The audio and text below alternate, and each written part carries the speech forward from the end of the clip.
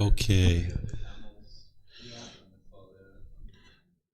So, welcome back to you guys. I'm going to move into this next topic. This is the 5 Precepts, a householder's guide to daily practice. Like you guys heard me share, oftentimes people think that the Buddha taught no killing, no stealing, no sexual misconduct, no lying, and no intoxicants. This sounds very black and white. It sounds like rules and commandments. You guys are going to see the original words of the Buddha on these important topics, and you'll be able to understand what he actually taught. Whenever you're learning something like these 5 precepts, it's important to understand that what the Buddha is teaching you is the natural law of Kamma. He's not teaching you rules and commandments. He doesn't teach that way. He's explaining to you how to train your mind. And these teachings of the 5 precepts are actually helping you to eliminate craving, anger, and ignorance, what we were just talking about. Because you'll see that each one of these things that he's talking about, there's a certain underlying craving, and there might be some anger in there and ill will towards others, and it's all coming from the ignorance. So when you're learning these teachings, you're learning the natural law of Kamma, and you're not interested in believing what's being shared. So you guys will be able to see his words, and then I'm going to relate it to today's activity so you can understand it. So just like always, you guys are welcome to ask any and all questions as we go. Okay, so this first one, these are the words of the Buddha. He says, abandoning the taking of life, refraining from taking life without stick or sword, diligent, compassionate, trembling for the welfare of all living beings. So whenever you're studying the teachings of the Buddha, you need to investigate them. What you can see here is that he's teaching something about living beings. He's talking about living compassionately for the welfare of all living beings. So the first thing you would ask yourself, because you're not interested in assuming anything, what is a living being? You need to know that if you're going to practice this. The reason why he's teaching you this is because in order to kill, you're going to need to have a certain amount of craving or anger or ill will in the mind, and then it's going to come from your ignorance. And whenever you're putting out harm to another living being, this harm is going to come back to you. So you need to know what is a living being in order to not cause harm to other living beings. Because how could you get to a peaceful and joyful life and a peaceful and joyful mind if people are constantly trying to harm you based on the harm that you've put out? So by choosing not to cause harm to other beings, you'll experience more and more peace and joy in your life because people aren't going to be trying to harm you. So the first thing you ask yourself is, well, what is a living being? The Buddha taught something called the 5 aggregates. You might think of these as 5 criteria or 5 elements that make a living being a living being. And I'm going to explain it to you, and you can independently verify it because you know that you're a living being and you have all 5 of these things. So he says every living being is going to have these 5 things. Going to have physical form, going to have feelings, going to have perceptions, volitional formations, and a consciousness. Here's what this is. The physical form is the physical body. Every living being is going to have a physical body. They're going to have feelings, right? Those painful feelings, the pleasant feelings, they're neither painful nor pleasant. There are going to be certain feelings in the mind. Then there's going to be perceptions in the mind. Perceptions are your views and opinions about the world. You're going to look out at the world in a certain way with views and opinions. Then you're going to have volitional formations, which are choices and decisions. Essentially, every living being is going to have free will, where they can make free will choices about their day-to-day life. And then there's a consciousness or a mind. And you can see you have all 5 of these things. And you can also see that a squirrel has this, a rabbit has it, a bird. Each individual living being has that. And you can independently verify this because this is a definition that is held up for 2,500 years. And this is how you verify that this is true. But then you can also take something that is not a living being, like this chair.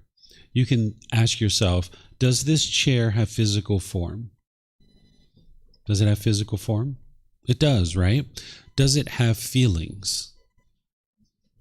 Doesn't have feelings, right? Does it have perceptions? Does it have views and opinions about the world? No. Does it have volitional formations, choices and decisions? Can it choose to pick itself up, walk down the street, and put itself back down? Can't do that, right? Does it have a consciousness or a mind?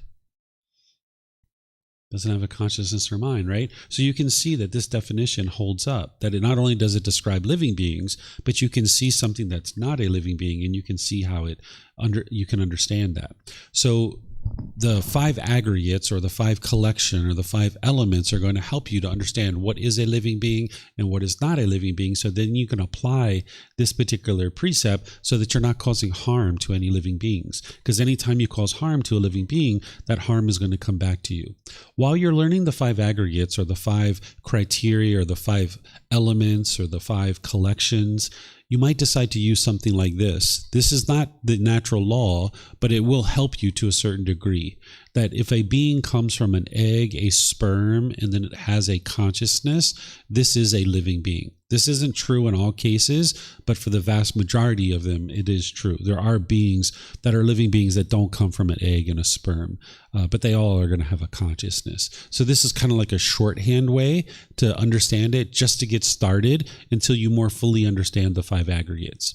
So then, once you understand that the Buddha is teaching you to live compassionately for the welfare of all living beings, because anytime you put out harm, harm is going to come back to you, you might ask yourself, would you participate in euthanasia of a human or animal, termination of a pregnancy, suicide, assisted suicide, capital punishment, war, any government-sponsored killings or murders? These are all intentional killings, but whether you participate in them or not is your choice. And remember, the Buddha is not teaching you what you should or shouldn't be doing. Those are choices for you to make. He's not giving you rules or commandments. He's helping you to be able to see the wisdom of this natural law.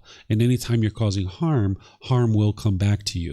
So I'm not here to tell you what you should or shouldn't be doing. I'm not here to tell anybody what they should or shouldn't be doing. I'm here to help you cultivate wisdom about this natural law. So what I'm going to do is I'm going to take a couple of these and show you how you can apply this precept. And in some situations, it might be wise to do a particular thing. And in other situations, it may be unwise. Each situation is different. And moving to a higher consciousness means that you need to decide for yourself. I can't decide for you. I can only help you to understand the natural law. So let's take one like termination of a pregnancy. Right? Sometimes people think of this as a political discussion or political topic. I don't think of it that way because this is a human topic, that we do have this technology to terminate pregnancies. And in some situations, it could potentially be helpful and beneficial. And in other situations, it could potentially be harmful. But whether someone chooses to do it or not, it's their choice. It's not my choice to decide whether or not somebody should do a termination of a pregnancy or not. Each individual person needs to decide for themselves. But I'll give you some examples where you can see it could potentially be helpful in some situations, or it could be potentially harmful in other situations. So if I was a woman, which I'm not, and I had a womb and I had a fetus in that womb, and the doctor tells me, hey, this fetus that you have, it's never going to live a viable life outside the womb. They can tell through medical technology that that's the case. And that this fetus inside the womb, it's causing your life to potentially be at risk and you could die from this. Well, in this situation, it might be wise to go ahead and terminate that pregnancy because now I'm living compassionately for the welfare of all living beings. Because to live compassionately or have loving kindness towards a being, you need to start with this being, who you are. You're not going to be able to have compassion and love and kindness for others if you haven't figured out how to do that for this being that you are. So in this situation, if someone terminated a pregnancy, they're not going to experience any unwholesome results. They're going to experience wholesome results or wholesome Kamma because now they're saving their own life. That's the natural law of Kamma. But now let's just say another situation. Say I was regularly having sex with lots of different people and I was regularly getting pregnant, and maybe now 3, 4, 5, 6, 8, 10 different times I'm choosing to terminate a pregnancy for birth control. And now I'm killing a viable being that is inside the womb, and I'm now killing that being in order to terminate the pregnancy. And I'm doing this regularly throughout my life. In this situation, there's going to be harm that comes to this physical body because each time that you do a termination of pregnancy, it's going to put strain on this body. And over time, this individual is going to experience difficulties with their own health because of that. So in these situations, whether someone chooses to do this or not, it's their choice, right? But there are consequences to our decisions. And that's what the Buddha is teaching you, is this cause and effect, or this action and result, the results of your decisions. This is the natural law of Kamma, or some people call it karma. Karma is from the Sanskrit language, where the word Kamma comes from the Pali language, and the original teachings of the Buddha are in the Pali language. So each person needs to learn for themselves and cultivate wisdom themselves and then make decisions themselves. themselves. But you can see through this example how some situations it could be wise to terminate a pregnancy, and other situations it may not be. And that's what it means to move to a higher consciousness, is that you're thinking through your decisions based in wisdom, and you're making decisions that are going to lead to a wholesome result. Let's take some other ones here. Let's say like something like a war. A government can tell us like, hey, go over there and kill those people in that country. And if you kill those people in that country, that's completely fine with us. And when you come back here, we're not going to prosecute you for murder. But if you kill somebody here on our land, we're going to prosecute you for murder. This is one of the challenges with the human laws, is that humans are imperfect. They're going to make decisions that are unwise. And this situation, your government can tell you to go over there and kill, but you got to decide whether or not that's wise or not. And if you understand the natural law of Kamma, you can see that by going away to war and choosing to kill, while your government has approved you to do that, you're still going to experience the results of those decisions. You can very easily be injured yourself. You can be murdered yourself. You could get addicted to drugs and alcohol and other substances. People oftentimes come back from war, have a really hard time integrating back into society. They oftentimes commit suicide themselves, or have traumatic brain injuries or amputations or any of these other things. This is the results of their decisions to choose to go to war. Whether someone chooses to do that or not, it's their choice. But you can't escape the natural law of Kamma. If you choose to go out into the world and cause harm to other beings, this harm is going to come back to you. So the Buddha is helping you to be able to see that. Here's another example. Say your house was infested by termites. Right? You might think like, oh my goodness, what should I do here? Well, if you're living compassionately for the welfare of all living beings, what I would suggest you do is do some research and figure out, is there a way to eradicate these termites from your home without killing them? Right? This is one of the unfortunate things about living in the animal world, is their consciousness isn't as developed as a human being. So those termites, they don't understand that they're causing harm by eating this house. And if you just let them continue to eat your house, you're not living compassionately for the welfare of all living beings, because you and your family are going to be out of a house. You're going to be out of a shelter. You can't maybe afford to buy another one. You can't donate this to these animals. As human beings, we have a level of consciousness that we understand.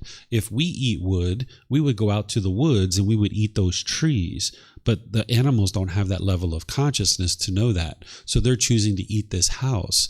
And now if you get online and you're looking and researching for how to eradicate these termites without killing them, this is living compassionately for the welfare of all living beings. Compassion is the concern for the misfortune of others. But what you might come back with is that there is no way to eradicate termites. I know this because me and my wife had termites at our house at one point. And you'll come back with, right now, at the present time, there's no way to eradicate them without actually killing them. And you might decide to hire someone to actually take care of this. And now you are still living compassionately for the welfare of all living beings, because that starts with you and your family. So notice what the Buddha is not teaching here. He's not teaching to preserve all life at all cost. Sometimes that's the way people like to interpret these things. But the teachings of the Buddha aren't to be interpreted. You're not interpreting his teachings. He teaches very clear, very concise, and very precise. You don't have to interpret what he's saying. You can see it in his own words that he's teaching to live compassionately for the welfare of all living beings. And abandon taking life, intentionally going out and taking someone's life based on your own cravings, your own ill will, and your own ignorance or unknowing of true reality. So you would like to get to a point where you move to this higher consciousness and realize that he's not teaching you to preserve all life at all cost. I'll give you another example here, like defense and protection. Say that you're at home sleeping, and at 2 or 3 a.m., somebody breaks into your house. They break in through your window and you hear it, right? And you wake up from your sleep. Well, I can assure you that this person isn't bringing you chocolate and flowers, right? At 2, 3 a.m. in the morning, breaking in through your window. They're not there to bring you chocolate and flowers. They're there to do harm, right? And what I would suggest people do in this situation is, if they can, just get out. Get out of the house. If they would like to destroy the house, if they like to steal something, so be it. You get out of the house, call the police. They have the tools, the training, the techniques to come there and deal with that kind of thing. But remember, this isn't black and white. This isn't plug and play. It's not if this happens, do this, if this happens, do that, because that would be permanence. In some situations, you might look outside your window and there's a big fire and you can't get outside your house. Or maybe there's a gang of people outside your house and you can't get out and it's unwise to get out, right? So it's not always going to be the case that you can get out of your house. So you're going to need to have this higher consciousness where you think through the variables of what it is that you're experiencing and decide what would be wise or unwise in any given situation. So if this person has you backed up in the corner and they have a knife or a gun or a baseball bat or whatever it is, you wouldn't be living compassionately for all living beings if you stood there and just let them stab you and beat you up and these kinds of things. If you need to defend this being who you are, then do that, right? That is going to lead to wholesome results for you. But just sitting there, letting this person beat you up or stab you or whatever it is, isn't going to lead to wholesome results. So there's no harm in defending yourself. Any harm that comes to that person, that's a result of their decisions. You didn't go out and actively look to harm this person. This person came in causing harm, and now harm is coming to them. Just like the termites. Harm, they chose to cause harm, and now harm is coming to them. Right? So you're going to need to have a higher consciousness to think through these things. Some students ask me about things like a DNR. I don't know if you guys know what this is, or do not resuscitate order. This is a legal document that you can put in place and say that if this body dies, don't use medical technology to bring me back. It's a legal document that you're leaving with your family so that if this body dies, they don't use medical technology to bring you back to life. If you choose to do something like this, sometimes people ask me, is this still practicing this precept? And the answer is, yeah, you are, because you haven't intentionally killed anybody. You're just saying, hey, I'm comfortable with death. You don't need to bring me back to life. I'm completely fine with that, right? So you're still practicing this precept if you have a DNR. And then sometimes people ask me about consuming animal products. Well, if you understand this particular topic, that when we're killing animals and ingesting them, there's a certain amount of craving there, there's a certain amount of anger, and there's a certain amount of unknowing of true reality or this lack of wisdom. If you choose to eat meat, that's your choice. I ate meat for a very long time, but the more I came in touch with these teachings and I saw the natural law of Kamma, I came to understand that it was unwise to eat meat, and I chose not to eat meat. And the reason why is because it's not just that the animal's being killed and being harmed, but you're also ingesting the animal flesh. And when you're doing that, you're ingesting the drugs, the hormones, and the toxins that are in the animal flesh. And that's causing illness and sickness within your own body. And it also affects your mind. They've done research on animal flesh, like they've taken fish out of wild streams in the USA, for example, places where the water was supposed to be very clean. And they tested the flesh and they found drugs and hormones and toxins in the actual animal flesh. So they found things like cocaine and antidepressants and things of this nature that weren't supposed to be there, right? And the reason why these things have gotten there is because us humans have polluted the water table, that we've put these things into our toilets, flushed them down the toilet, and now it's polluted the freshwater streams, and the fish are absorbing this. So even in a situation where it's a wild animal and it's being killed, you're still ingesting drugs, hormones, and toxins as you're eating this meat. So whether you choose to do this or not, it's your choice. Again, like I said at the beginning, I'm not here to tell you what you should or shouldn't be doing in your life. It's your life. It's your decisions. What I'm here to help you see is the natural law of Kamma, of cause and effect, or action and result. And if someone chooses to eat animal products, it is affecting the health of your body. Whether you switch to a plant-based food supply or if you switch to a plant-based food supply, it's your choice. If you do choose to do that, you will see improved health to the body and improved health in the mind. But whether you do it or if you do it or when you do it, totally up to you. So let me know if you guys have any questions here. I have some more here to share with you guys, but let me just pause here and see if you guys have any questions. Remember, if you have questions here, if you could use the microphones, that way the people online will be able to hear you. Whereas if you speak here without the microphones, they won't be able to hear you. So do you guys have any questions here? And by the way, for those of you guys online, you can put your questions into Facebook, YouTube, or Zoom, or you can raise your hand in Zoom and ask any questions that you like. So does anybody have any? Oh, you have a question, Adrian?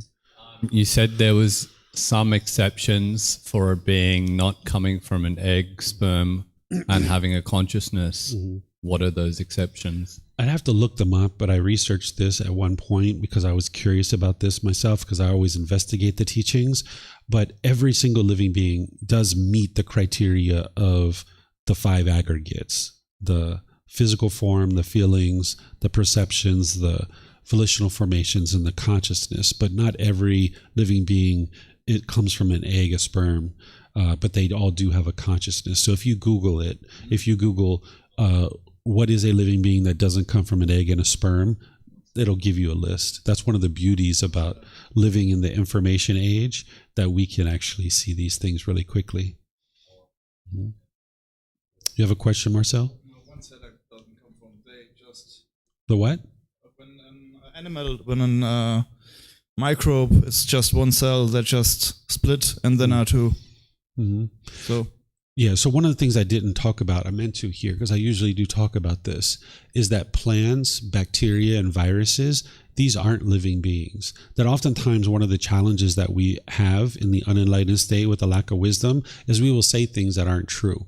We will say things like, I'm going to kill this bacteria in my body, or don't kill that tree. Right? These aren't actual living beings because they don't have the 5 aggregates. They don't have all 5 of these aggregates. So what we're really truly doing is we're harvesting a tree, or we're eliminating a bacteria, or we're eliminating a virus. And you can see this through the 5 aggregates, but you can also see it through the natural law of Kamma. Because remember, whenever you're causing harm to a living being, harm is going to come back to you. So if I eliminate a bacteria from the body, there's no harm. Right? Because I experienced improved results. I experienced wholesome results because this body gets more healthy. If this was actually a living being, like a bacteria or a virus, if I eliminated it from the body, or if I was truly killing a living being, it would produce unwholesome results for me. And the same thing with trees and plants and things like this. When we harvest a tree, there's no harm that comes to us because of that. For a long time, we were harvesting without planting. And that was the actual problem, is we weren't planting. But what we've learned is if we harvest one tree, plant 5 or 10 trees, and now we'll continue to have wholesome results in our day-to-day life. So sometimes people think that plants or bacteria or viruses are living beings because of the language that we use with our lack of wisdom. We will talk about killing a plant, or we'll talk about killing a bacteria or virus, but these things aren't actual living beings, because they don't have all 5 aggregates. And also you can see it through the natural law of Kamma as well. Mm-hmm.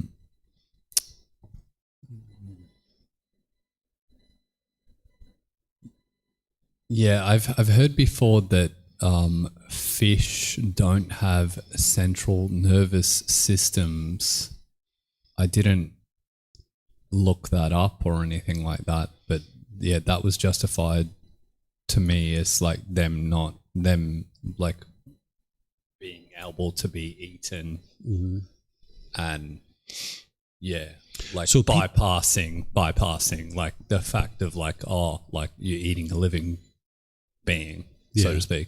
So people will come up with all kinds of justifiable reasons why certain decisions that they're making are justified. But when you look at it objectively through these natural laws that the Buddha teaches you, you can see that it's really unwise to do so, to do something like kill a fish. A fish experiences pain. I used to do a lot of fishing when I was a child. I saw it many, many times for myself. Fish do experience pain, and we're inflicting that pain on them. One of the ways that helped me to get to this understanding, and I choose to no longer eat meat, there was actually 2 things.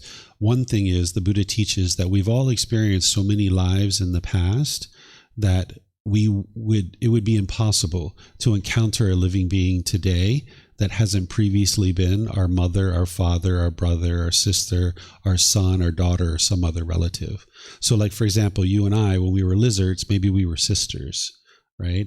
And maybe you were my grandfather when we were monkeys or something like this, right? So we've all been relatives at some other point in our life. So like that mosquito that lands on you, it's like, whoa, I just killed grandma. Right? It's like you're not interested in doing that. So the Buddha teaches us that every living being that we come in contact with has previously been one of our relatives because we've been reborn so many different times. The other thing that helped me to understand this and why I no longer choose to eat animals is that if there was some being in existence today that was more dominant than us, say there was like some giants on the earth, and they caged us and they kept us as slaves and they were chopping us up and eating us, we wouldn't stand for it. We would revolt. We would figure out a way to organize and come together and try to overthrow these giants. That's what we would do as human beings, I'm sure of it. But for some reason, or actually I know the reason, but for people's minds, we don't look at animals as equals, and we think that animals are lesser of a being and that we can enslave them, we can cage them, we can manufacture them and grow them and then kill them and eat them for our benefit. Where in reality, if we look at animals as being equal, meaning that all beings we should have loving kindness and compassion for, then we can get to the point where we see that, yeah, if there was this giant that was overpowering us, we wouldn't stand for it, but yet we do it to other beings. So we can get to the point where we have just as much loving kindness and compassion for those animals as we would our mom or our dad or our brothers or our sisters, because we can look at those animals as being our relatives. And this can potentially help you to be able to see that all these justifications that people come up with of why they feel it's okay to eat this animal or that animal, you might come to the conclusion on your own that maybe you're not interested in doing that. Because if you choose to move to a plant-based food supply, you'll see more health in your body, and you'll see it in your mind too, because you won't be ingesting those drugs and hormones and toxins. But again, whether you do that or not, totally your choice. But I'm just sharing with you the natural law that you'll see improvement to your health and to the condition of your mind. Mm-hmm. Yep. You have a question? Mm-hmm. What are those 5 precepts that you said to be considered a being? I'm sorry, the 5 aggregates that we're talking Or about? no, what you say that there are 5 something, I don't catch the word, to be considered a being. Yeah. They say, for example, that the tree is not a living being. Yeah, it's called 5 aggregates or 5 collections or 5 elements or 5 criteria. This is something we were talking about earlier and you came in, but I'll explain it to you. It's physical form, feelings, perceptions, which are your views and opinions about the world, the volitional formations, which are choices and decisions. Essentially, a living being is going to have free will. And then the consciousness, which is the mind.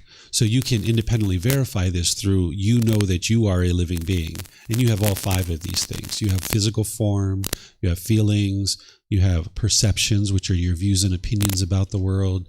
You have volitional formations, which are choices and decisions, and you have a consciousness. But something like a tree doesn't have those 5 aggregates. They have physical form, but they don't have the others. And you can see this, that a tree can't pick itself up, walk down the street, and replant itself.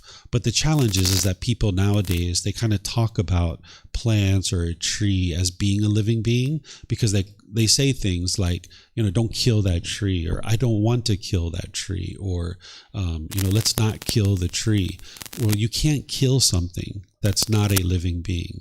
You can't kill a bacteria. You can't kill a virus. You can eliminate it, but you can't kill it because it's not a living being. And the more you peer into this and you look at it, you can see that this description that the Buddha shared 2,500 years ago about what a living being is, it's held up for all this time, and it accurately describes what a living being is and what it's not.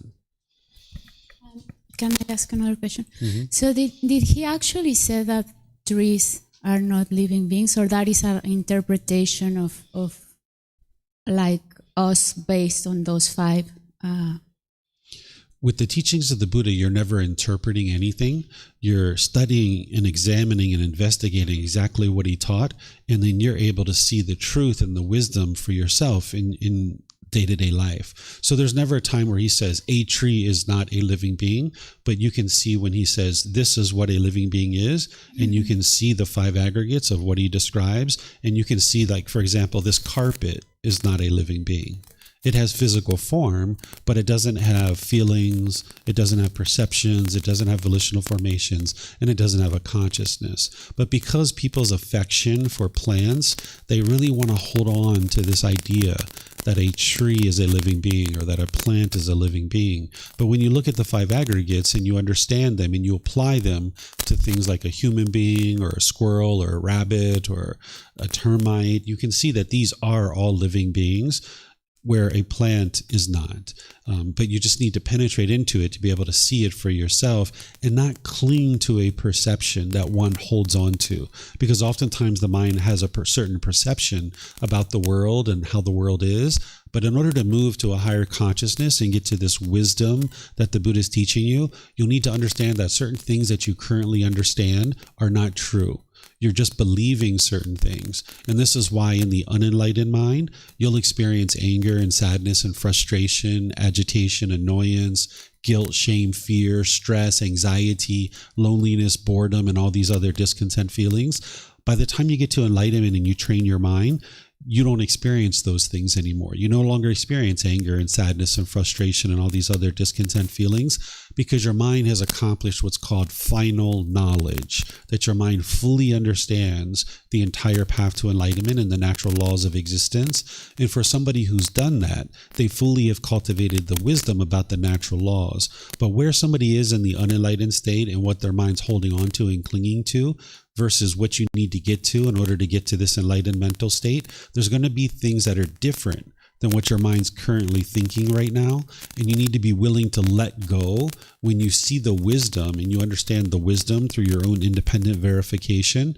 When you see that wisdom, you're going to need to let go of the false beliefs that the mind currently has. And that's going to be a challenge for you. You need to train your mind to let go. But you're not bringing in new beliefs in order to get rid of your false beliefs. You're bringing in wisdom about the natural laws so that now you can see that the beliefs that the mind is holding on to are false, and you can get rid of those, and now you can have wisdom and understand true reality about these natural laws. And as you do this, you'll see the condition of your mind gradually improving, where you'll get to the point where the mind no longer experiences things like anger and frustration and sadness and all these other discontent feelings. You'll ultimately get to final knowledge, where the mind fully understands the path to enlightenment. Can I ask something else? Yeah, you can ask anything you like. Oh, thank you. Mm-hmm. So just to understand, what would be the gaining of thinking as a tree or as a plant as not a living being? Like, why would I want to think that it's not a living being? Because I have also read studies that say that plants communicate, or they're, on their vibration, or even like trees in the forest and all of this stuff. So I can be open and say like, okay, it's not a living being, it's just a, but then what would be the gain of my mind understanding that as not a living being? Like, for me, it's, The benefit is that when you know clearly what is a living being and what isn't a living being, you'll be able to make more informed decisions about the choices and decisions you make, therefore the consequences that you're going to experience. Because in order to get to enlightenment, you need to extinguish all your unwise decisions that are leading to unwholesome results in your life, or unwholesome kamma. By the time you get to enlightenment, you're only experiencing wholesome results, or wholesome kamma. So if an individual doesn't understand what a living being is and what a living being isn't, you'll be out in the world causing harm to living beings without realizing it, and now there's going to be harm coming back to you. Or you'll be out in the world thinking that you need to preserve and protect things that aren't actually a living being. Where we can harvest a tree, we can cut it down and we can chop it up into wood and we can build houses with it, or we can build shelters, and then now that'll help us.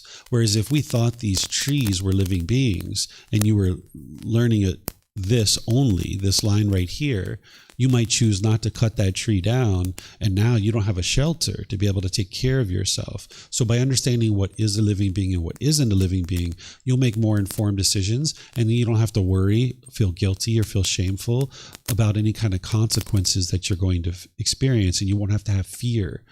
Sometimes people here in Thailand, they think that plants actually have a spirit inside the plants. And if you're like a lumberjack and you go out into the forest to cut down trees, they're very scared and they're very fearful sometimes when they go out into the forest. And you can get rid of that fear by understanding that you're not harming a living being and no harm's going to come to you as a result of this. But if you went out into the world with that lack of wisdom, now you're going to have fear, and you're going to be scared, and you're going to feel guilty and shameful for cutting down this tree, when in reality, you don't need to experience that. You can understand that you can harvest this tree, and it's wise to then plant 5 or 10 more, and this is how we sustain our life in the world. Now we make more informed decisions, and we experience more wholesome results. You got more? I can understand that with like cutting down one and then like planting 10 more. But without the trees, there would be no this living being because we wouldn't be able to breathe. Exactly. That's why we need to plant 10. Okay. Yeah. All right. So yeah. And also without trees, we wouldn't have certain shelters that we have, right? So we are using this resource on the earth. Okay. But it's not a living being. Okay. Because I wouldn't use you as a resource. Sure. I wouldn't kill you and eat you and think like, oh, wow, it's helped me to sustain my life. No, that's unwise. Yeah, I mean, that would go against some of the teachings, right? Yeah. But if I cut down a tree and I use it as a shelter, now I can understand like, I'm making wise decisions here, and this is going to produce wholesome results for me. And now I'm going to go plant 5 or 10 more trees because I cut down this one, but I haven't caused any harm to any living beings here. Now I can be at ease within my own mind because of that. All right. So that's a wise decision, having cut that tree down, because we know that they support our life. Yeah. But they're not living beings. Yeah. They're not living beings. Yeah. Okay. Yeah. But there's some people that just really want to hold on to this belief that they are living beings. I've had many people over the years that want to think that way. But when you understand the 5 aggregates, you can see very clearly that they're not. And you'll see different studies out there that will tell you any number of things is a living being. You'll see people tell you that there's a vibrational force that's connecting us all together and our consciousness is all one and all these other kind of things. You're going to hear lots of different things from lots of different people, but you got to be able to penetrate into it yourself and see the truth and cultivate wisdom. And that's what the Buddha is helping you to be able to do. That's why I started off this talk with saying I'm not here to convince you of anything or tell you what you should or shouldn't be doing in your life. I'm here to help you think about what it is that you're doing and the choices and decisions that you're making, because you're going to see any number of misunderstandings in the world. And this is where people are experiencing anger and sadness and frustration and irritation because their mind is not understanding final knowledge. They haven't gotten to final knowledge. So you'll see all kinds of studies and beliefs that aren't necessarily true. And you got to be able to cut through that by able to independently verify things for yourself. The Buddha's giving you the guidance of how to do that, but then you've got to do the work to be able to do it. And then the way that you'll know that you fully understand is when you get to final knowledge, you won't be experiencing anger and sadness and frustration and all these other feelings any longer. And that's how you'll have the confidence that you've cultivated final knowledge, but the people around you aren't going to necessarily understand that because they haven't done that work. So you're going to need to have assurance and confidence in what it is that you're cultivating, and you'll get that confidence as the condition of your mind and your life is gradually improving. Okay, so what's happening is a belief is being broadcast, and the individual is choosing to attach to that belief as truth. Or they're whatever, adopting it in yeah, and therefore that's causing an unknowing of true reality. That's what you're saying. Yeah. All right. It's happening with any number of topics in the world. Like the very first one that you learned about with the Four Noble Truth is the belief is that it's other people that are causing you to be angry or frustrated or irritated or annoyed, but it's not other people that are doing that. I've shown you how to verify that. Now you verified it, right? But before you met me, you probably believed that other people were causing you those feelings. And then there's other topics like this, whether it's about trees or anything else, that you're going to see, you're going to need to confront these false beliefs that you have, but you need to confront it with wisdom to be able to cultivate the wisdom. And you need to be able to understand that what you hear from a teacher like me is going to conflict with what you currently think about the world. If what you heard from me is exactly the things that you already know, you're in the wrong classroom, because you're not learning and you're not growing, you're not developing. When you learn with somebody like me and what I'm teaching you is different than what you currently know, that's an opportunity for growth and development. But if somebody stays stuck with what they currently think, they'll never get to the point of being able to see objectively the truth, cultivate wisdom, and experience improved results in their mind and in their life. Yeah, thanks. Yeah, you're welcome. You have a question? I don't hear it yet. As I listen to this conversation about trees and vibrational forests and things like that, I understand at once that it doesn't classify as a living being simply because it can't. The other things I think are questionable. Consciousness. I feel like the thing that I've noticed, or I feel, is that, for instance, there's a tree down the street at Chetty Luang that I interact with every time I'm there. And that tree has a consciousness. It's connected to the other trees. And it brings love and light to the people who see it and are around it in a large way. And I think those vibrational forests, even to a greater degree. So although they may not be living beings, particularly classified in this way, they may not be living beings, but they are something living. And there's something that contribute mightily to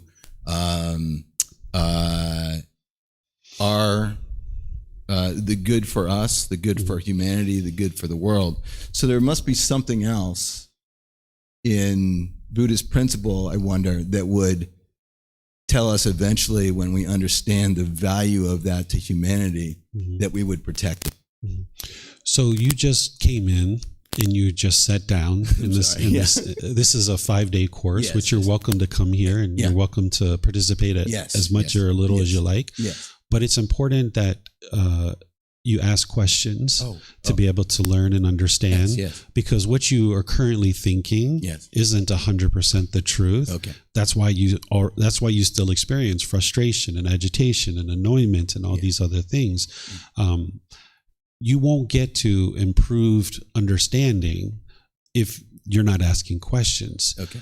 I don't expect you to ask questions. I don't want you to ask questions, but I'm just guiding you in how to best make use of your time to be able to learn, because you just were exposed very briefly to the 5 aggregates. And the way that the teachings of the Buddha work is you need to be able to investigate them. You need to be able to examine them. And you're not going to be able to form a valid opinion, in my view, in just a couple of moments that you've been here and you just got access to the understanding a little bit of the 5 aggregates. So right now, what you're currently thinking about trees having a consciousness and spreading love and light and all these other things, this is what you currently think. But understand that you have certain false beliefs in your mind. Otherwise, you wouldn't be experiencing anger and sadness and frustration and all these other discontent feelings. But the only way for you to break through those false beliefs is for you to ask questions and get understanding. And then you're going to need to think about those things and reflect on those things and spend time thinking about it, maybe asking follow-up questions, because that's what's going to lead to your cultivation of wisdom and improvement to your mind and your life. Well, is there something, along those lines where something in nature that may not be a living being is causing pleasure or goodwill to people that would therefore tell us that it would be unwise to terminate? So it's not external things that are causing you to experience pleasure. Okay. This is one of the misunderstandings that the mind has. Okay. Any pleasure that you're experiencing is coming from your own craving, your longing, your yearning, your desire. When you get what you want, you get pleasant feelings like happiness, excitement, elation, thrill, exhilaration, euphoria. But when you don't get what you want, you get painful feelings like anger, sadness, frustration, and others. So this tree isn't creating pleasantness for you. It's within your own mind. You have a certain craving and attachment to this tree. And when you see it and it's there, you get happy or excited. But someday if you go there and they cut that tree down, you'd probably be angry or frustrated. That's because of your craving within your own mind. It's not this external thing. So once you understand this, you can see that while there's plenty of things in nature, that some of them are living beings, some of them are not. And we can use these resources to help us sustain our life. And we don't have to feel bad or guilty or shameful that we're using this plant to sustain our life. And we can understand that we're not killing a living being, because now we can see very clearly that it would be unwise to kill these things. And it can be okay for us, and it can be wise for us to use these resources to sustain our life. And now we can see very clearly where that is. And now we can make more informed decisions. Okay. Mm-hmm. You have some more we'd like to ask? No? Okay. All right. So I'm going to continue on here to the next one. The next one is the second precept. These are the words of the Buddha, where he says, abandoning the taking of what is not given, living purely, accepting what is given, awaiting what is given, without stealing. So this is once again the Buddha teaching us about causing harm, and whenever we cause harm, harm will come back to us. He's not teaching you what you should or shouldn't be doing, because those are choices for you to make. But he's just helping you to understand that when you do these things, you're going to be causing harm to others, and then harm comes to you.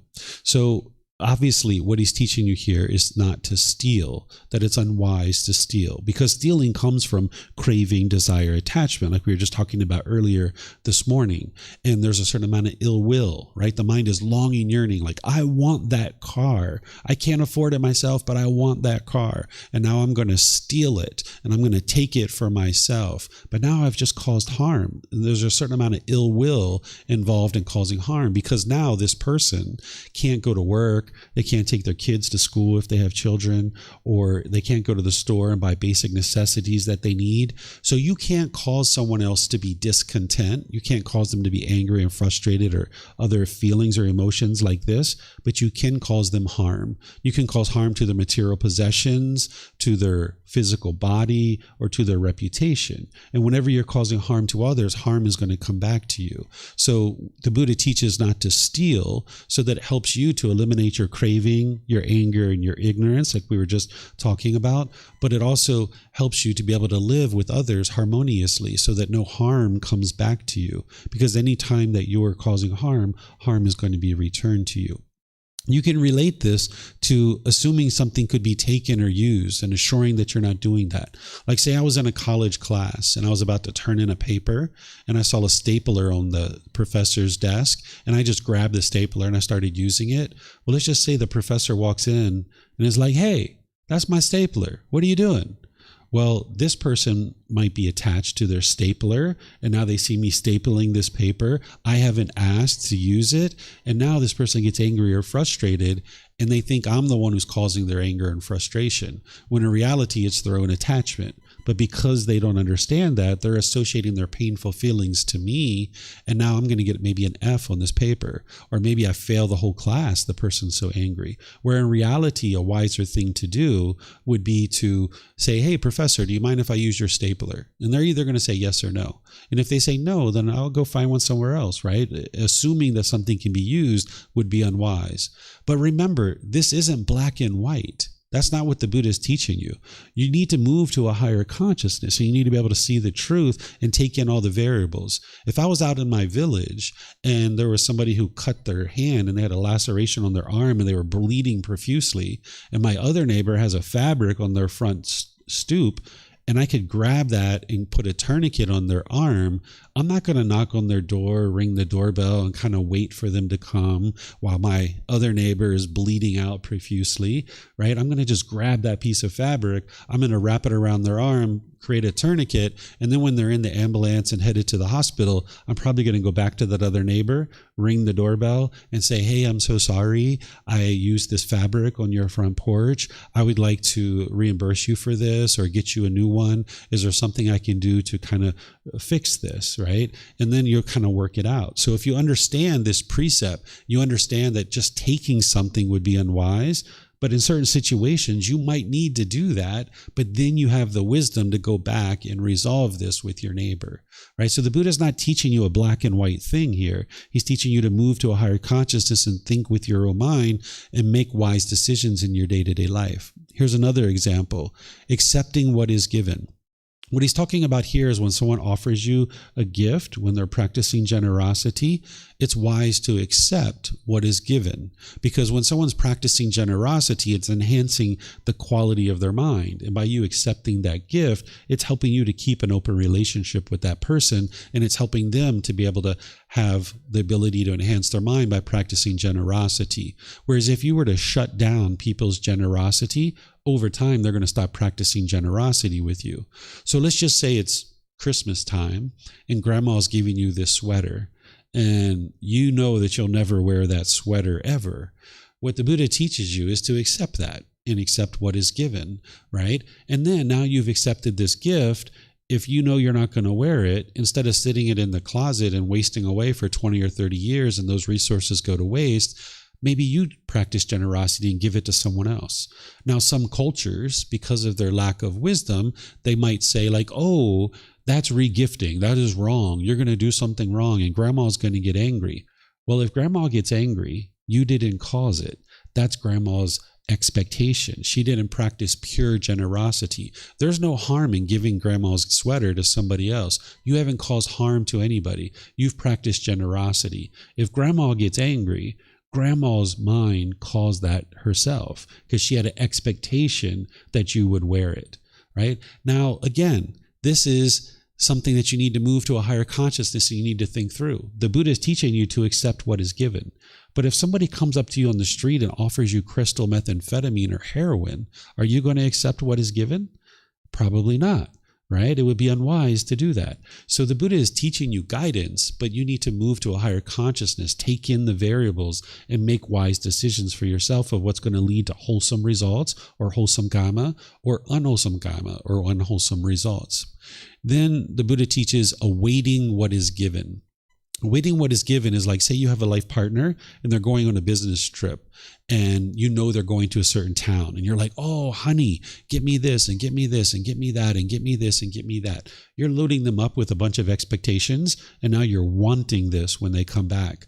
Well, now they're feverishly going around and looking for these things, and then when they come back and they don't have everything you want, you're going to get frustrated or irritated or annoyed. And you're kind of sabotaging your relationship from being able to be peaceful and joyful and harmonious. So the Buddha is teaching you just to wait what is given. If your partner goes away and they would like to buy you something, wonderful. And if not, that's fine too, right? But remember, this isn't black and white.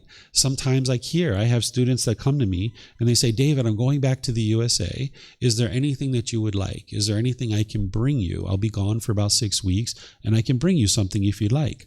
Well, at this point, they're practicing generosity, right? And they're asking me if there's something that I would like, right? So in this situation, you might ask your life partner, sure, yeah, I heard that town has really good chocolate. If you'd like to bring me back some chocolate, that's great. If you can find it, if not, no big deal, right? So you would like to await what is given, where you're not putting obligations or expectations on someone to bring you something, but in certain situations, someone might actually offer you something, and that's their generosity. So you need to be able to see the difference between these kinds of things. So do you guys have any questions on this particular precept? A little bit more straightforward for you guys? Yeah. Okay. All right. So now the third one. This is a big one. Oftentimes people translate this to no sexual misconduct. Well, you can see the Buddha gives much more illuminating language than that. He's going to explain it for you in detail. He says, abandoning unchastity, abandoning sexual relations with women, men who are protected by their mother, father and father, brother, sister, or relatives, who are protected by teachings, who have a husband, wife, or partner, whose violation entails a penalty, or even with one who has been garlanded by a man, woman, or partner as a sign of engagement. Okay, so he's talking about many different things here.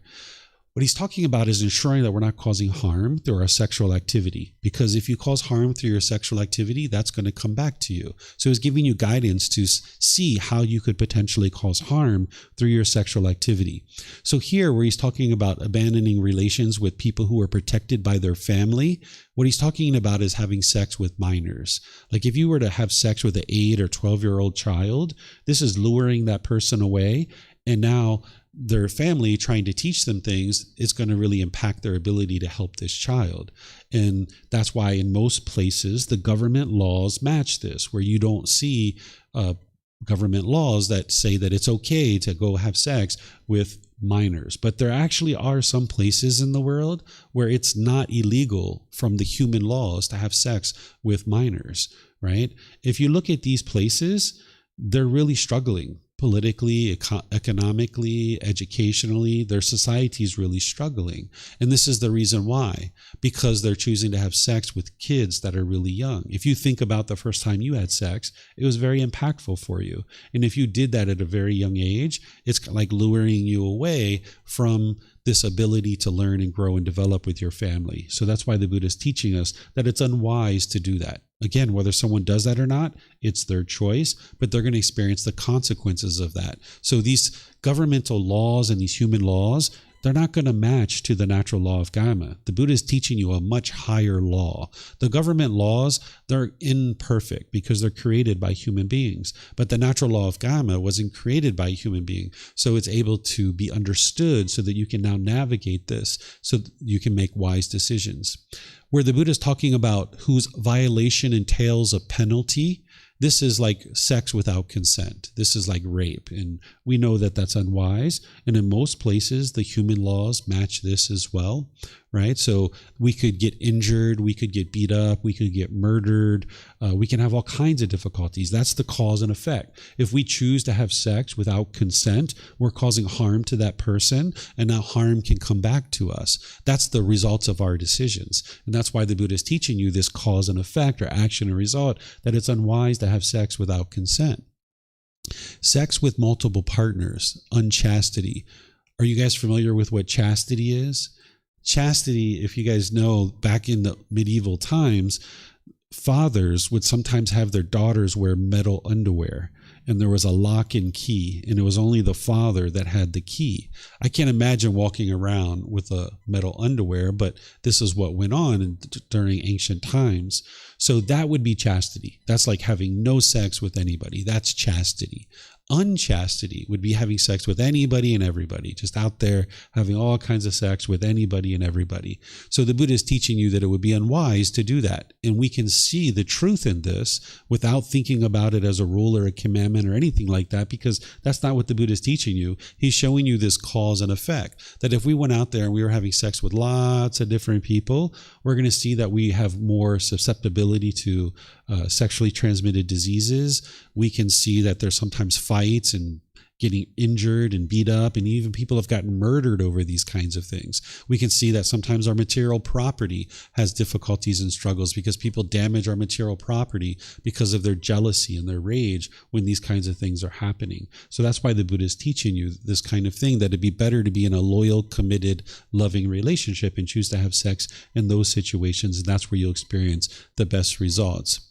Then here, I added this one in here because there's some cultures that they actually have sex at home. Like say maybe like you're 20, 25, 30 years old, you meet a partner, you go to your family, you say, hey, I met this person, we would like to get married. Can they move in with us? And we live here until we actually get our own place. And in those situations, your family has adopted and accepted this relationship, and now you guys might be choosing to have sex at home. So this isn't what the Buddha is talking about up here, right? So I oftentimes add in things that aren't what the Buddha is teaching. So this will help you to be able to see that in this situation, the family has accepted the relationship, and you're still practicing this particular precept because that person is not protected by their mother or father or family, because their family has agreed to that relationship and you can move in. Up here where the Buddha says, who are protected by teachings, that's what this is here. Someone who's decided to remain celibate.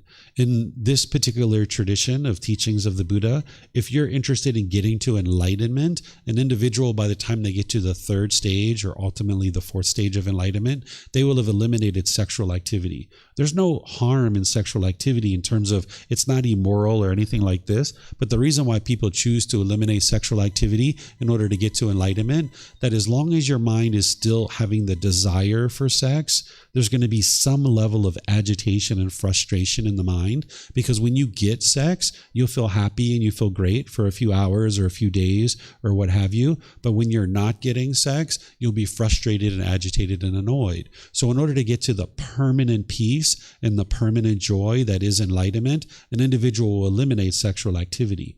But when or if you actually choose to do that, it's your choice. Sometimes what people do is they work their way up to the second stage of enlightenment.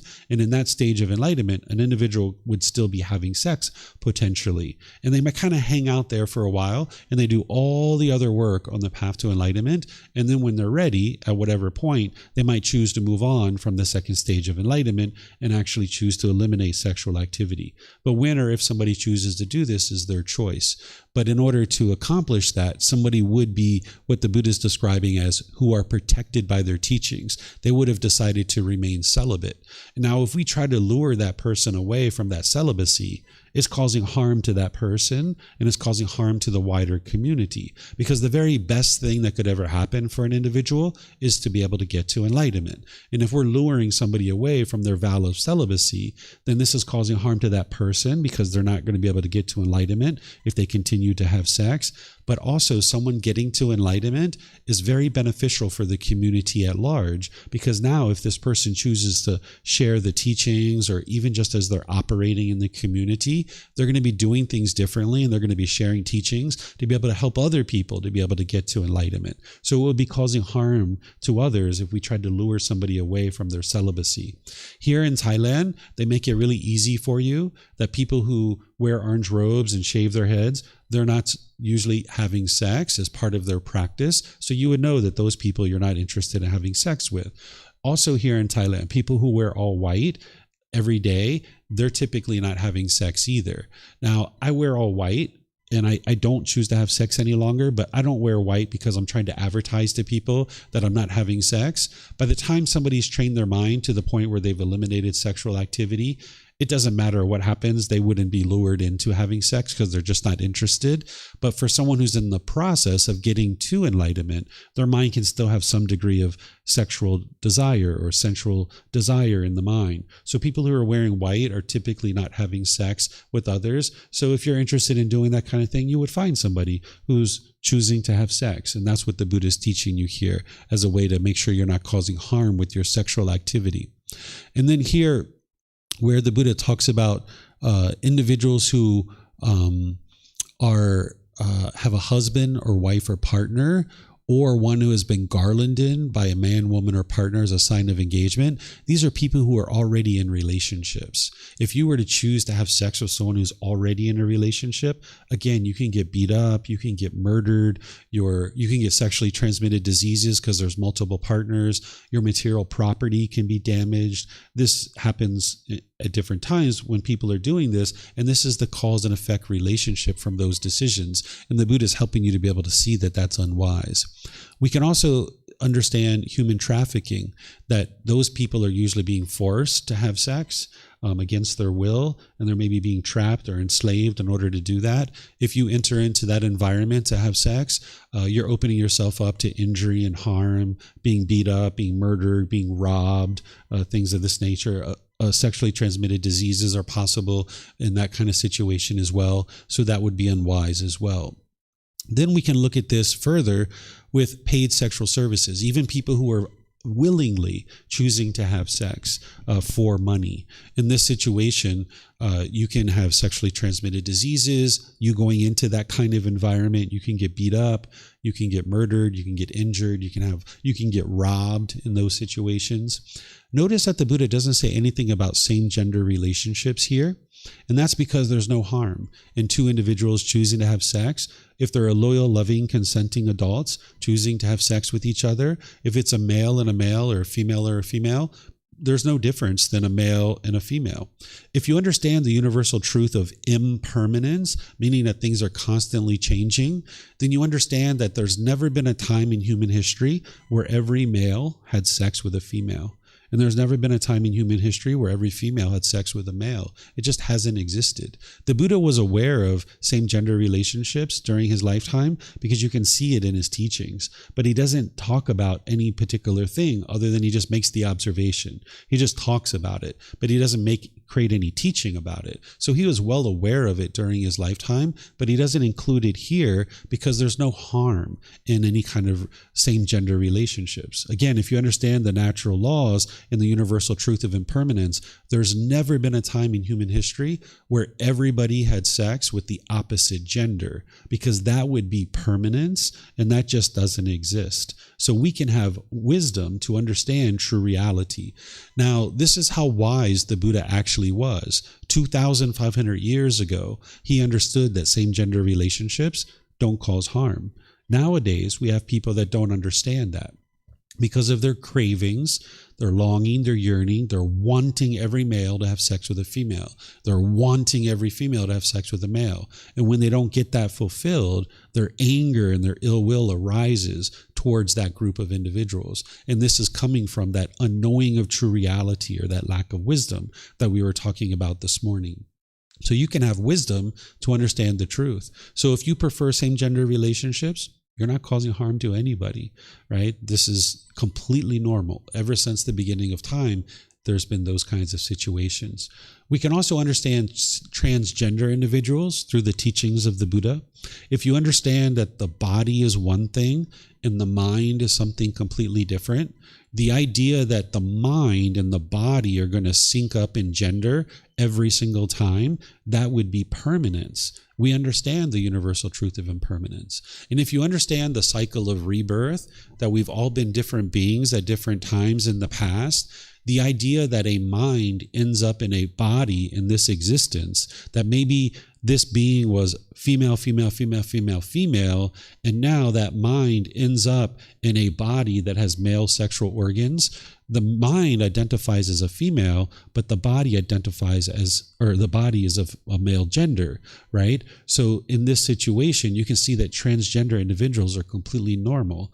This has been happening since the beginning of time. We can understand through the universal truth of impermanence and the cycle of rebirth that this is completely normal. So if you're a transgender individual, or you know someone who is, it's completely normal, and it's explainable through the natural laws that the Buddha taught, where again, people will have anger and hatred towards certain people because their mind is having craving, anger, and ignorance. But you can have wisdom to understand, yeah, this is completely normal. And this is why you see these kinds of things in Thailand very openly, because people understand it. It's not a big deal. It's completely normal. And the universal truth of impermanence and the cycle of rebirth helps us to understand this.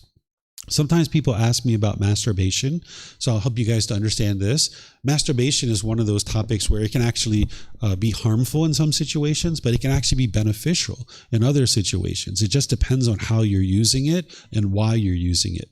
The ultimate goal as you're making your way to enlightenment in terms of sex is to extinguish your sexual craving. Because again, as long as you have that, you're going to be angry and frustrated or irritated or annoyed in certain situations. But when or if you do that and what age you choose to do that at, that's a decision for you to make. You may or may not ever do that. But the idea of us being on our deathbed still having sex, it's pretty rare, right? Like we're going to eliminate sexual activity at some point. It's just a matter of time. So as you're working towards the elimination of sexual craving in your mind, you might find in certain situations that masturbation can actually be helpful for you. Let's just say somebody was listening to this talk and they have 5 or 10 boyfriends or girlfriends, and they're like, whoa, I should bring this down to 1. This is really unwise for me to do this. Well, as they're bringing that down to 1 person, they might have really high sexual craving, and they use some masturbation to help them bring that down. So in that situation, it could actually be really helpful for them to masturbate. Or say somebody had a craving to go out and rape somebody, and they choose to use masturbation instead. Well, that was very helpful in that situation. So that's helping to bring the sexual craving down. But in other situations, if you're doing it excessively, it can increase your sexual craving, your desire. Maybe 5, 10, 15 times a day, it could be increasing your sexual desire. So you need to be looking at what you're using masturbation for and see if you're bringing down your sensual desire or you're increasing it. If you understand a dam, if you've ever visited a dam, like these multi-million-dollar structures that are holding back water, as the water is rising up on the dam, eventually it starts threatening the integrity of the dam. And this is a multi-million-dollar structure, and they would like to protect it. So one of the things that they do is they open up the dam in order to lower the water pressure down so that now it protects the dam, and then they can close the dam again, and then the water rises up. This is the way they do it. Well, as you're working to eliminate your cravings, your desires, your attachment, this longing, yearning, particularly for something like sex, you can feel a lot of pressure building up in your mind. You might have noticed this at times where you had a partner and you guys were regularly having sex. If you stopped having a partner, you might have noticed a lot of pressure in your mind that you just wanted to have sex so bad, and there was all this pressure in your mind. Well, one of the ways to alleviate that pressure is to let out some of the water, right? It's the masturbation can kind of help you to reduce that pressure in the mind. So let's just say you go like 1 week without having sex and you feel all this pressure in the mind. You could actually have some masturbation, and now maybe you can go 2 or 3 weeks without having sex. And then you feel that pressure again, you do some masturbation, maybe now you go 6 or 8 weeks without having sex. And now you get some more pressure, maybe now you go 3, 4, 5 months, 6 months without having sex. So this is a way that you can use masturbation in a beneficial way. So you need to be able to know whether you're bringing down your sexual craving or you're bringing it up. And that's where masturbation can potentially be beneficial, but it could also be harmful too. You have to look at that situation. Sex with animals is one of those things that's black and white. It's very rare that there's things that are like that, but it's black and white. An animal can't give us consent to have sex with it. And I imagine if somebody chose to do that, they could get injured or diseases or sicknesses and things like this.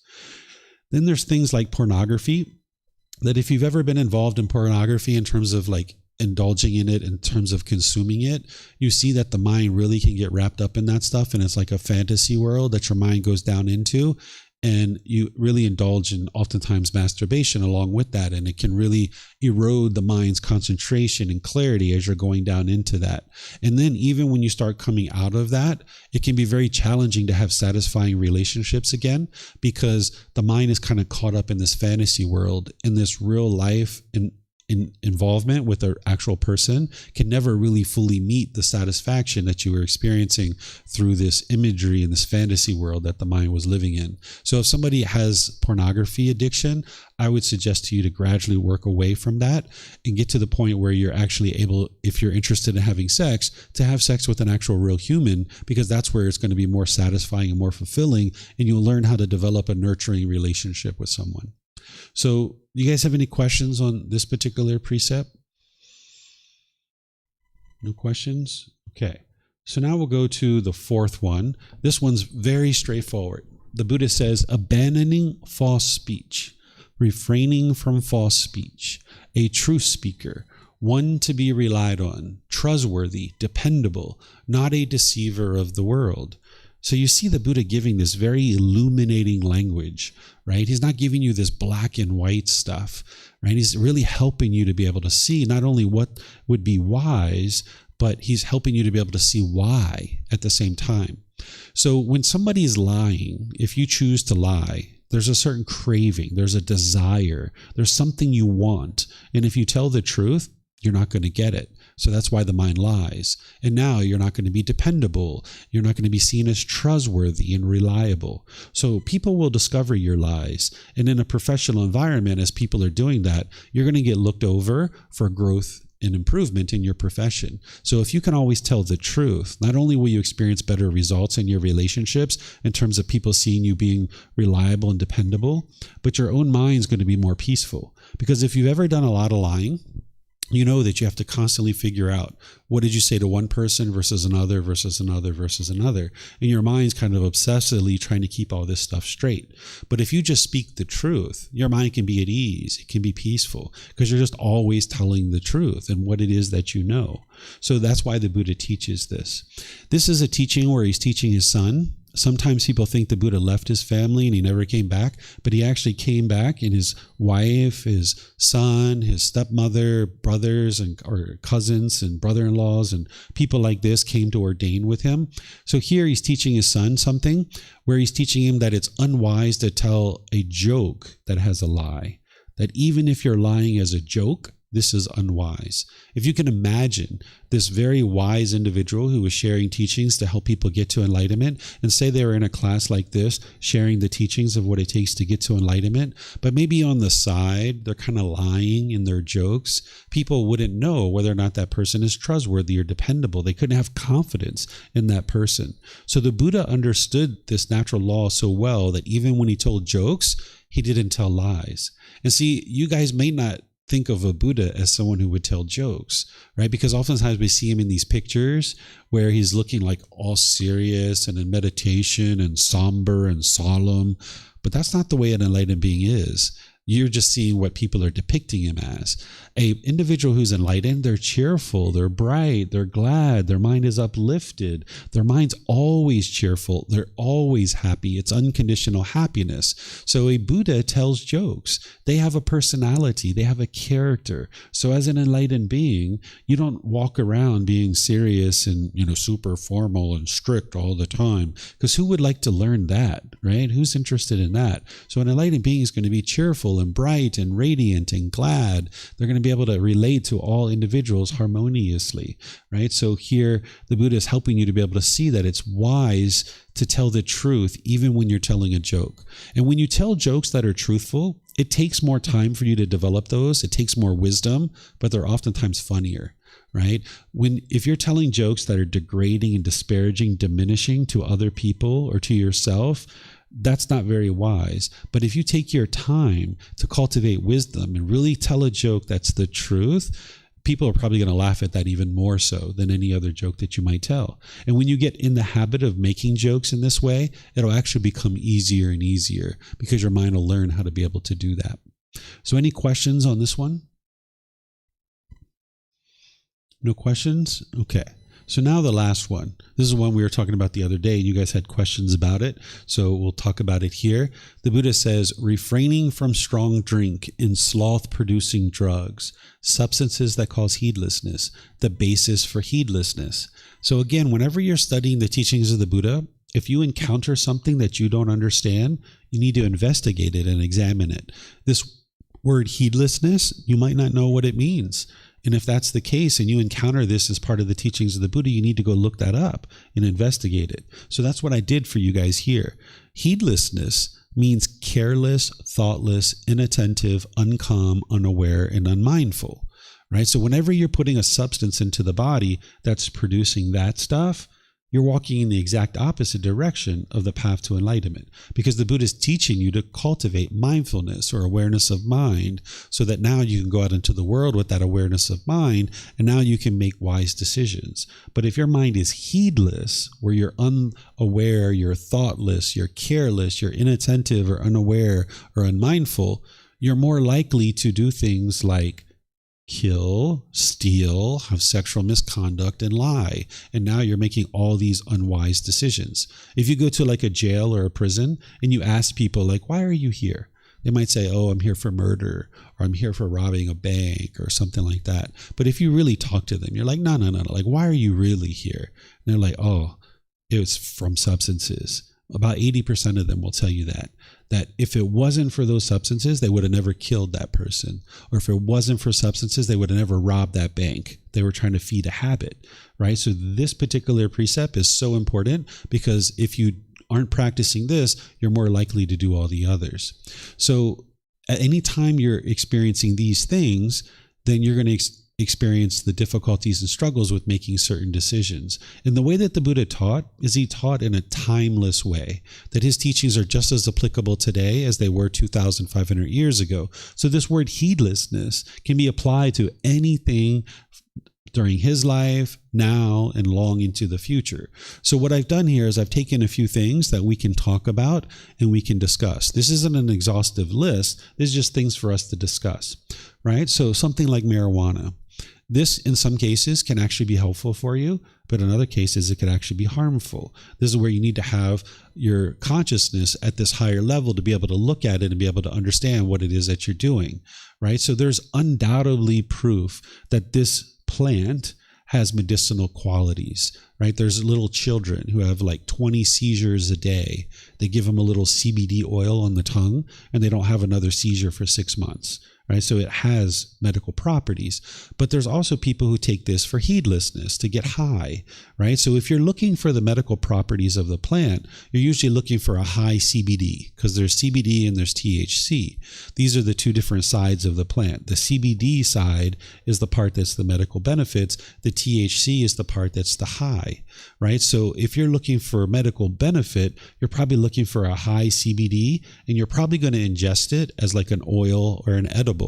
Whereas if you're looking for a high, you're going to probably be looking for a high THC, and you might even be smoking it, and that's going to cause harm to your lungs, right? If you're taking marijuana in order to eradicate or reduce stress or anxiety or things like this, those kinds of things might cover up your stress and anxiety, but it's not going to eliminate it. So this isn't a medical solution for stress and anxiety, because stress and anxiety isn't a medical problem. It's actually an untraining of the mind. So it's craving, desire, attachment that's producing that stress and anxiety. And there's nothing about marijuana that's going to eliminate your cravings, desires, attachments. So you need to be able to be sure you have a valid medical reason to take something like marijuana, and then look for a high CBD, a low THC, and then you're probably looking at like an oil or an edible to be able to use it for that purpose.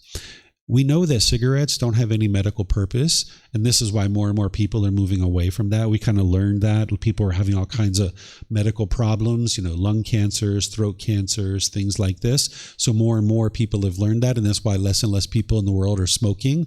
But if you're smoking, and you would like to move off of that, you can do that. You might decide to do that gradually, slowly but surely. If I was smoking 20 cigarettes a day, I'd probably go down to 18 for like a week or two. Then I'd probably go down to 15 for like a week or two. Then I go down to 12. You gradually move it away like this, because in your mind will have a more sustainable choice. Because continuing to smoke is just causing harm to your lungs. It's causing harm through secondhand smoke, where people are smelling that and ingesting that. So you would like to be able to get off of that, and your mind's going to be more clear, and your body's going to be more healthy. You need to pay attention to your prescription medications, because some prescription medications can be addictive and they can produce high as well. So whenever a doctor prescribes you a medicine, because we live in the information age, I suggest you look and you research. And if it's potentially an addictive substance, or that it can produce heedlessness, you might talk to your doctor and say, hey, is there another prescription that I could use here? And in most cases, they're going to say, yeah, you can use this other one over here, and they'll give you something different. But there's some rare situations where like, no, this is the only one that you can use. And if you know that information going into a medical situation, then let me get off of this thing as soon as possible, because I'm not interested in getting addicted to it. So that's what you can do with that kind of information. You can make wiser decisions. Even things like caffeine are addictive and are causing heedlessness And if you get away from caffeine, you're going to see the improvement to the condition of your mind. When you take caffeine, it takes you up into this excited, energetic state, and then you're going to crash typically after that.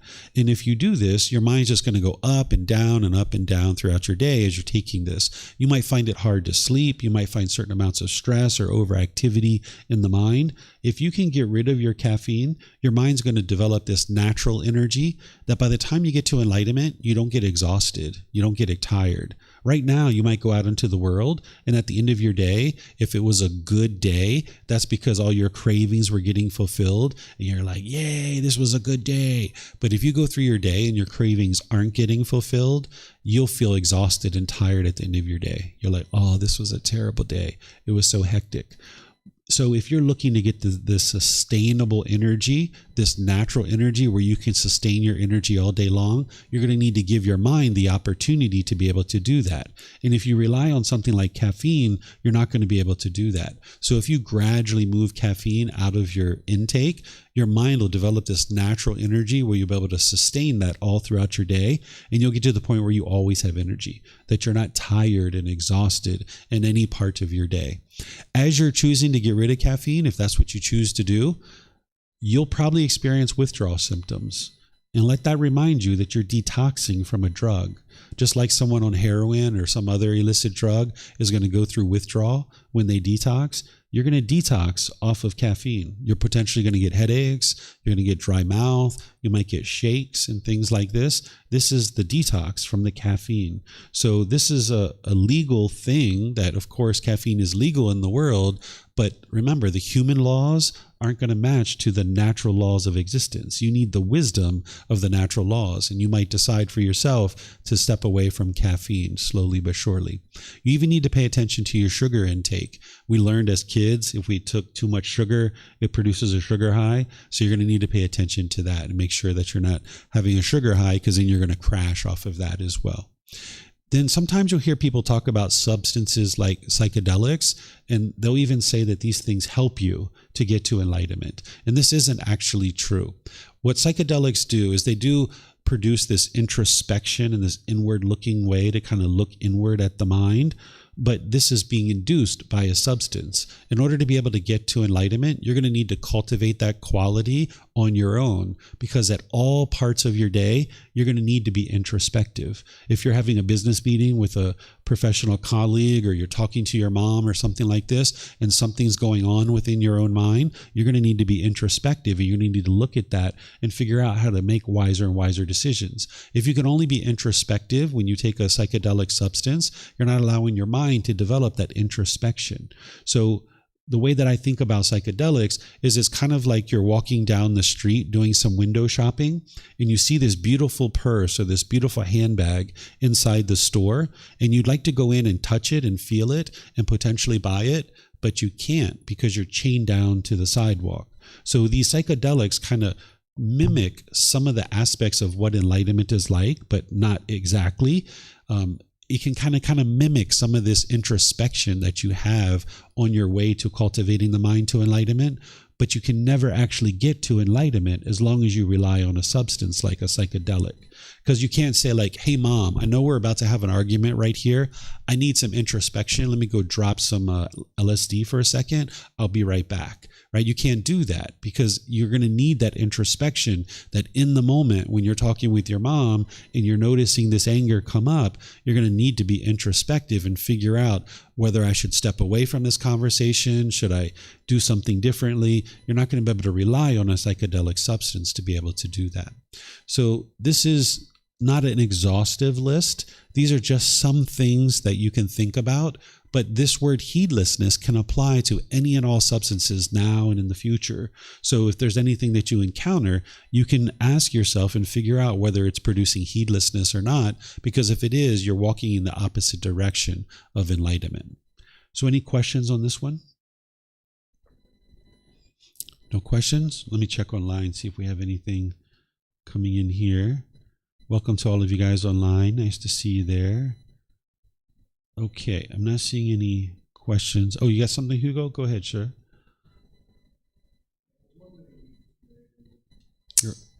Moderation comes into it. It's not the same to smoke one marijuana cigarette Mhm. every 6 months, that's smoking it every day and making it an addiction. In my very humble mind, addiction is the enemy. It's not necessarily the substance. Your opinion, please.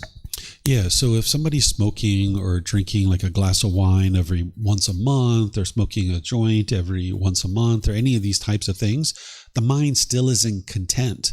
The mind still isn't satisfied. It's not happy. It's not peaceful and joyful. It needs this substance. It wants this substance to experience something different than what it's currently experiencing.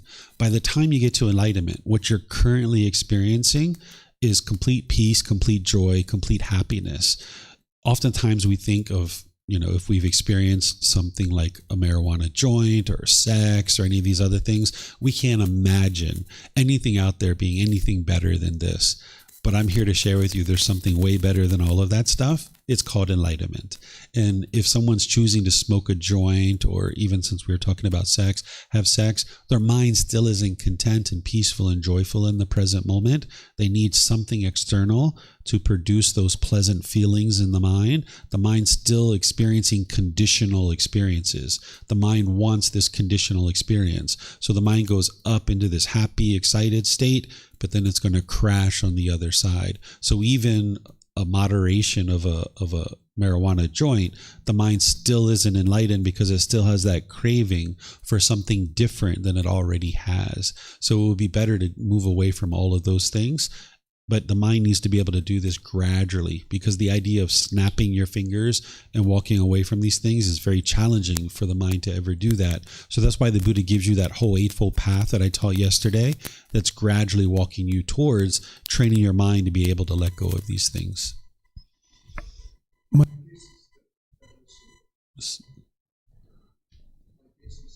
Sounds so like there apply you go. to overeating. Yeah, that can be something that someone craves as well. They can crave sweets or crave a certain fruit or anything like this. So when you're eating, you need to eat in moderation. But see, you can eat without conditioned pleasant feelings, but you can't have sex without conditioned pleasant feelings. You can't have a marijuana joint without conditioned pleasant feelings, but you can train your mind to get to the point where you're eating something like a piece of cake without conditioned pleasant feelings. This is what the mind needs to learn how to do. It doesn't know how to do this in the unenlightened state. So oftentimes people are turning to food for emotional enjoyment. But there's a way for you to eat and understand that this food is to nourish the body. It's not to please the tongue. While you can be eating a piece of chocolate cake and you know that it's enjoyable and you know that it tastes good, you don't allow your mind to get conditioned pleasant feelings. And this is something that you need to be able to understand and then train your mind to be able to do. You're welcome.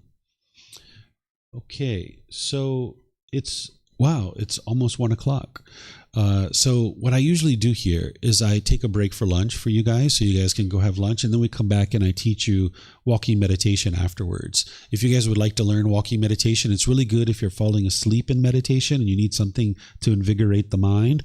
It's also really helpful if you have an overactive mind and you find that your mind is always constantly thinking, and the last thing you're interested in doing is being still and sit somewhere and meditate. So I'm going to teach that at 2:00 today. So if you guys would like to come back, it'll take me all of like maybe 10 minutes to be able to teach it to you.